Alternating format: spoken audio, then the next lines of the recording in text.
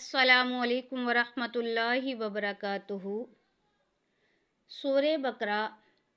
وہ صورت ہے جس میں اللہ تعالیٰ نے من و سلوہ یعنی کہ کچھ میٹھا کچھ نمکین، اور اللہ تعالیٰ نے اس میں موسیٰ علیہ السلام کو کوہ طور پر بلایا، اور اللہ تعالیٰ نے الگ الگ کھانے ہمیں نصیب فرمائے۔ اس سے پہلے ہمیں کچھ علم نہیں ہوتا تھا کہ ہم نے کیا کھانا ہے، کس طریقے سے کھانا ہے، کیا حلال ہے کیا حرام ہے، مگر جب اللہ تعالیٰ نے سورہ بقرہ میں فرمایا کہ جب تم نے کہا ہے موسیٰ ہم فقط ایک کھانا کھاتے ہیں، یعنی کہ اس دور میں ایک ہی کھانا کھایا جاتا تھا، صبح کے ٹائم، شام کے ٹائم، دوپہر کے ٹائم، رات کے ٹائم ایک ہی کھانا نصیب ہوتا تھا۔ تو وہاں موسیٰ علیہ السلام نے رب تعالیٰ سے دعا فرمائی، اے رب تعالیٰ ہمیں ایک کھانے سے نجات دے کر ہمیں مختلف کھانے نصیب عطا فرمائے۔ تو اللہ تعالیٰ نے حکم دیا فرشتوں کو کہ موسیٰ علیہ السلام کی دعا کو آمین کہو اور ان میں وہ کھانے عطا کرو جو زمین اگاتی ہے، مثلاً پیاز، مسور، ساگ، ککڑی، گہوو، ٹھیک ہے، یہ ساری وہ چیزیں تھیں جو موسیٰ علیہ السلام نے دعا کرنے سے رب تعالیٰ نے زمین کو حکم دیا کہ یہ اگ جاؤ۔ پھر زمین میں سے یہ چیزیں اگنا شروع ہوئی تو لوگوں کو مختلف کھانا کھانا نصیب ہوا۔ بہت کچھ اس میں بیان کیا گیا ہے، یہ اس آیت کا ترجمہ ہے جو میں آپ لوگوں کے ساتھ ابھی پڑھوں گی۔ اس سے پہلے میرے چینل کو لائک، شیئر اینڈ سبسکرائب کریں تاکہ آنے والی ویڈیو آپ تک پہنچ سکے۔ اعوذ باللہ من الشیطان الرجیم، بسم اللہ الرحمن الرحیم۔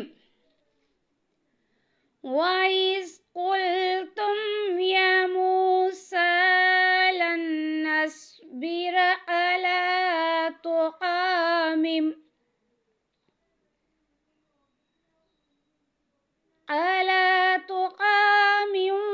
وَاحِدٍ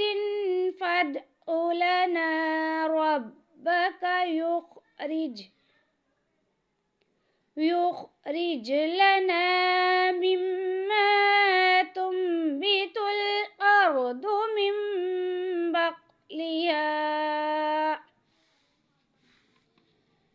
مِن بَقْلِهَا وَكِسَائِهَا وَفُومِهَا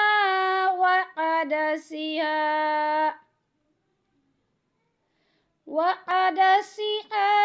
وَبَصَلِهَا، قَالَ أَتَسْتَبْدِلُونَ الَّذِي هُوَ أَدْنَىٰ بِالَّذِي هُوَ خَيْرٌ، اهْبِطُوا مِصْرًا فَإِنَّ لَكُم مَّا سَأَلْتُمْ وَضُرِبَتْ عَلَيْهِمُ الذِّلَّةُ وَالْمَسْكَنَةُ وَبَاءُوا بِغَضَبٍ مِّنَ اللَّهِ، ذَلِكَ بِأَنَّهُمْ كَانُوا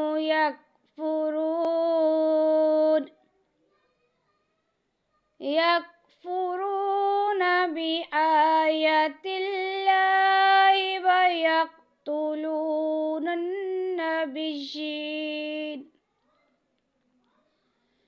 النَّبِيِّينَ بِغَيْرِ الْحَقِّ، ذَلِكَ بِمَا عَصَوا وَكَانُوا يَعْتَدُونَ۔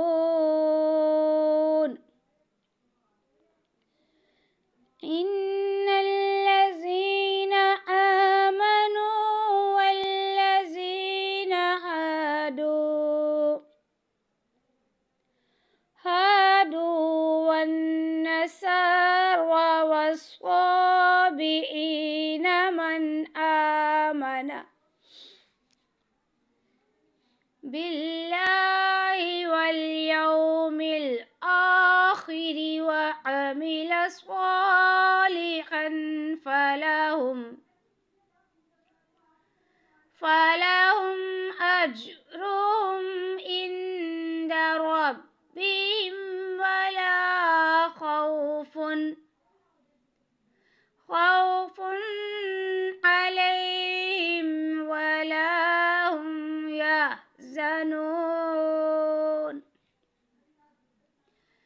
وإذ أخذنا ميثاقكم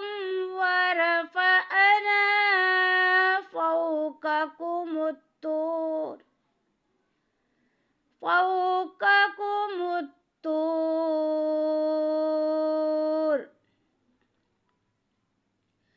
خذوا ما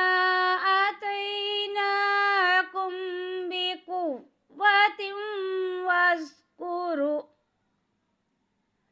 واذكروا ما فيه لعلكم تتقون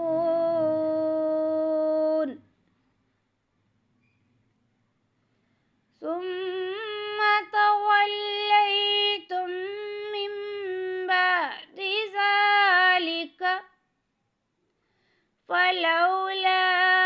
فضل الله عليكم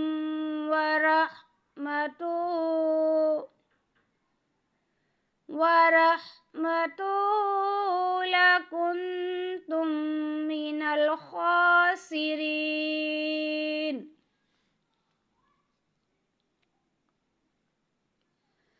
ولقد علمتم الذين اعتدوا منكم في السبت فقلنا لهم كونوا قردة خاسئين فجعلناها نكالا لما بين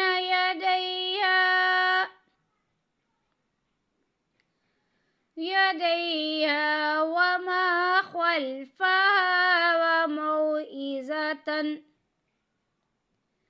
وموعظة للمتقين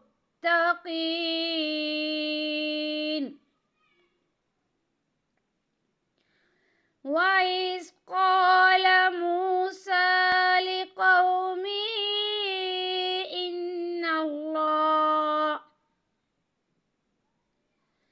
إن الله يأمركم أن تذبحوا بقرة قالوا أتتخذنا هزوا قال أعوذ بالله أن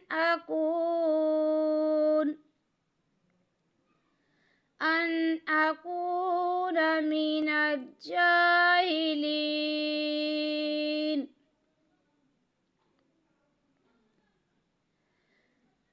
قالوا ادع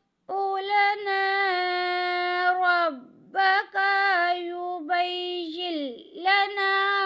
ما هي قال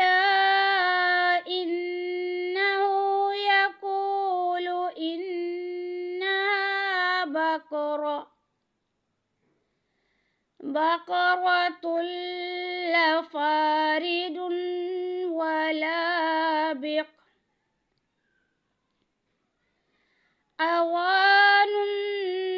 بين ذلك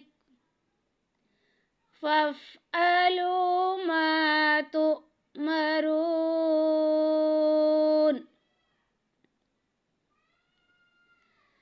قالوا ادع لنا ربك يبين لنا ما لونها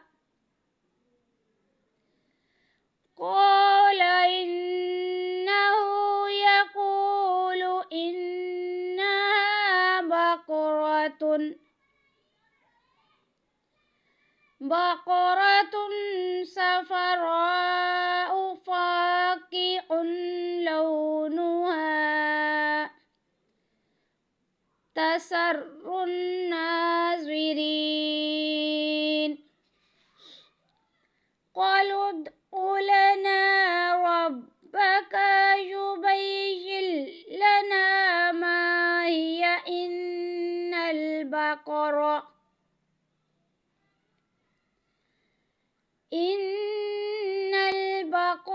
تشابه علينا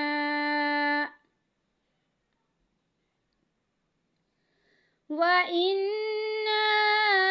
إن شاء الله لمهتدون صدق الله العظيم.